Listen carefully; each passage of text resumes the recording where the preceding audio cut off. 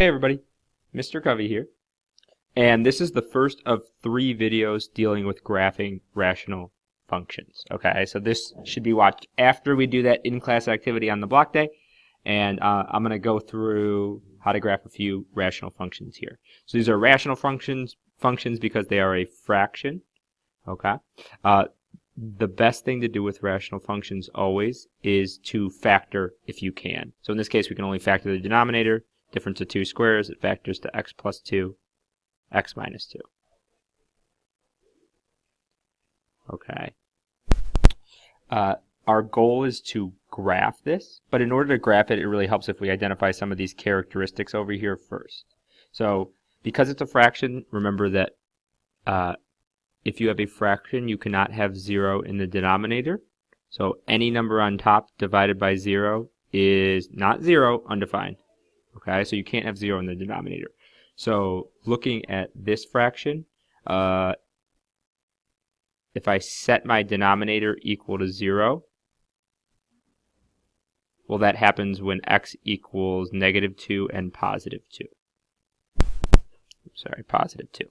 So when x equals -2 and positive 2, my denominator is 0, so those are not in my domain. And in fact, at those points, what I end up having, because those are not in my domain, is a vertical asymptote. So there's a close connection between these two things. I like to start with the domain. So I'm allowed to plug in as small of numbers as I want, negative infinity. I need to stop at -2. I'm not allowed to plug in -2. I'm going to pick back up at -2 though, because -2 is the only number that I can't plug in. I can plug in things really close to -2, like -2.001. And I can plug in -1.999. I just can't plug in -2 itself. So that's why I got those parentheses there. I can plug in anything between -2 and 2. Can't plug in -2. Or sorry, can't plug in 2, so I put a parenthesis. And then I'll put that together with 2 to infinity. So what this notation is, important notation you need to know, definitely for next year. It just says x cannot equal -2 or 2. That's because at -2 and 2 I have vertical asymptotes. Please remember vertical lines are x equals, so x equals -2 and x equals 2 are 2 vertical asymptotes. If I want to jump over to my graph, I can graph those vertical asymptotes. So at -2, draw them as dotted lines like we always do with asymptotes, and at 2, I have vertical asymptotes. Now to discuss the issue of the horizontal asymptote.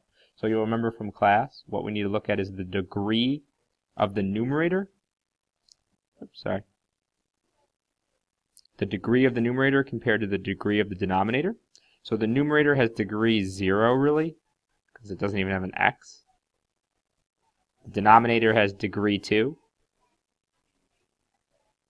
The important thing is that the denominator's degree is more. So we're going to have an asymptote at y equals 0. Okay, so it comes down to comparing the degree of the numerator and denominator. So y equals 0 is going to be my horizontal asymptote. And the horizontal asymptote directly ties in with end behavior. So something that's good to remember is thinking about vertical asymptotes and domain being connected, and horizontal asymptotes and end behavior being connected. Because if I have y equals 0 as a horizontal asymptote, well, that just means as I go off the graph to the right, my y's are going to go to 0. And as I go off the graph to the left, my y's are going to go to 0. And that notation is similar to what we use in polynomials. Exactly the same. So that notation should be familiar. Couple other things that we've done for a lot of different functions. Zeros are a fancy name for x-intercepts. If you want to find an x-intercept, remember you make y 0. Okay, so coming back up here, I know we got a lot of stuff going on here. Let's do it over here. If I'm going to see when does when does 1 divided by x squared minus 4 equals 0? That can't happen. 1 divided by something can't be 0. And that means there's no y-intercept. excuse me, no x-intercept, no zeros. Never crosses the x-axis. Kind of makes sense based on the fact that we have y equals 0 as a horizontal asymptote, although that won't always be the case. To find y-intercepts, we make x 0. Easy enough. 1 divided by 0 squared minus 4. Well, that's just negative 1/4. So my y-intercept is 0, negative 1/4. Please note that the y-intercept is like an actual point on the graph. So I should jump over to my graph and plot 0, negative 1/4. It's a little off, but like up there. But that's actually a point on my graph that I know. Last thing I have to do is see how the graph's kind of chopped up into 6 different sections? I have to decide like what sections the graph's actually in. So because it's a function, it couldn't be in like this section and this section at the same time, because then it wouldn't be a function. So it's either in like the top or the bottom, and the top or the bottom, and the top or the bottom. So I kind of have 3 decisions I have to make here. If you look at that y-intercept I just plotted, that blue point, that tells me that for that chunk of the graph, I'm in the bottom. Okay, so I don't know exactly what my function looks like, but I know it goes through that point, and it's going to be below the y-intercept. So I'm just going to sketch something like that. I know it's going to get close to those vertical asymptotes, because that's what vertical asymptotes are. So it's going to look something like that. Over here, I just need to plug in a point. And over here, I just need to plug in a point. So go ahead and take a second to plug in 5 and negative 5 and see if you get out positive or negative numbers. So go ahead and do that real quick. Plug in 5, you should get 1/21st, super small number. When you plugged in negative 5, you should have also got 1/21st. What that tells me is that over here, my graph looks like this. It goes through that point. It's going to get real close to that horizontal asymptote, and as it goes over here, it's going to get real close to that vertical asymptote. Same thing over here. I did it! I graphed my rational function. Okay? So, I graphed it, and there are all my characteristics over here. Okay? So, all of these are going to kind of follow a similar process. There are some trickier ones. Feel free to jot down any additional notes, kind of like that summary we did in class on the block day about like, how do you find the y-intercept? How do you find the horizontal asymptote? There's all those different processes. When you're good there, jump ahead to the next page. I'm going to do one more example with you, and then I'm going to kind of have you do the last one and check your answer. Okay? So, again, factor. Factoring is definitely the best first step. So, I'm going to take a second real quick here and factor this. Oh no, I'm going to factor wrong. Sad. Not good. Alright, there we go. Cool. For the bottom, don't forget the GCF. Makes your life easier, so I'm going to write it over here. Take out the 4, boop, boop, x squared plus x minus 2. So it's going to have a 4, and then it's going to be x plus 2, x minus 1. Okay, so this is my factored form. Really, for everything except for the horizontal asymptote and end behavior stuff, looking at the factored form is best. Okay, so we'll come back to those. But now that I got it in factored form, what's going to make my denominator 0? Negative 2 and positive 1. So negative 2 and positive 1 are going to be my vertical asymptotes. So I'm going to toss those down. Negative 2.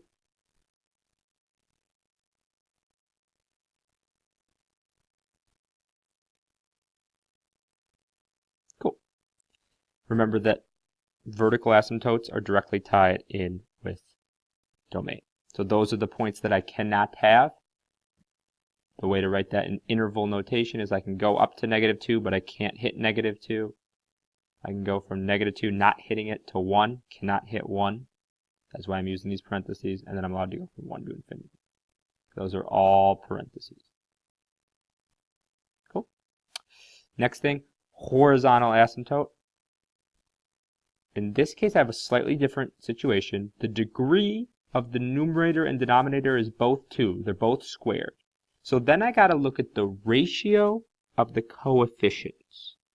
Okay, what I'm looking at is the ratio of the coefficients. The top coefficient, well, there isn't one. It's because there's a little 1 there. The bottom one's coefficient, bottom polynomials, is 4. So then my asymptote is 1 over 4. That is my horizontal asymptote. So y equals 1/4. That's just a horizontal line, but it's just a little bit above 1, or sorry, a little bit above 0. Less than 1, it's just 1/4. So it's somewhere like right there. Okay. So then that tells me my end behavior. As x goes to infinity, it's a sad infinity sign, my y is going to go to 1/4. And as my x goes to negative infinity, my y is going to go to 1/4 too. Okay. Sorry, it's a little sloppy there. X-intercept, y-intercept. So I'm going to plug in 0 for y. Let's be a little careful here. Okay. So a x-intercept, I'm going to make y 0. So please be careful here. If you have a fraction equal to 0, that means the numerator is 0. Okay, so look at my fraction. If the numerator is 0, that's going to happen at -3 and -4. So at x equals -3 and at x equals -4, I'm going to have x-intercepts. I should really write those as points. So -4, 0 and -3, 0 are x-intercepts. Those are actual points on my graph. Okay. If I plug in 0 for x, I get out my y-intercept. So I'm going to plug in 0 for x, I'm going to get -1 1/2. And that's my y-intercept. So my y-intercept's 0, -1.5.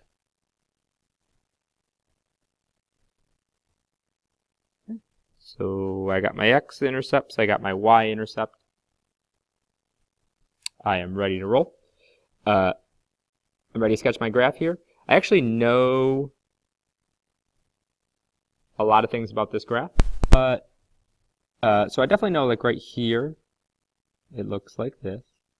I don't know what happens over here, so I'm going to plug in some x value. So go ahead and why don't you plug in 5 for x. And then over here, it's still a little unclear what's going on because I have these two x-intercepts. So why don't you plug in another point or two? Why don't you plug in -5 here and 5 here? So go ahead and plug in -5 and 5.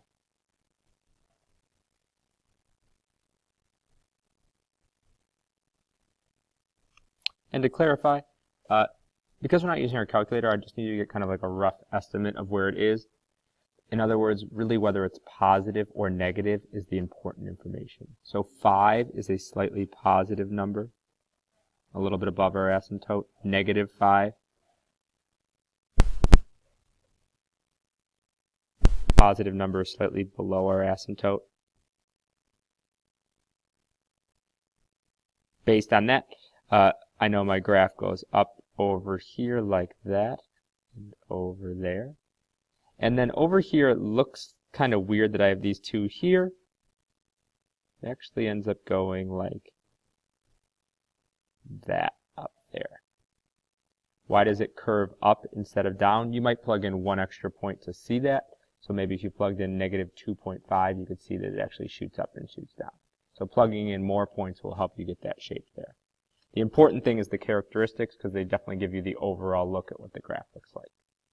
Also, a lot of the graphs switch between up, down, up. Not always, but a lot of them do. What I'd like you to do now is pause, take, I don't know, however long it takes you to try this last problem, and then unpause and check if you got the answer right.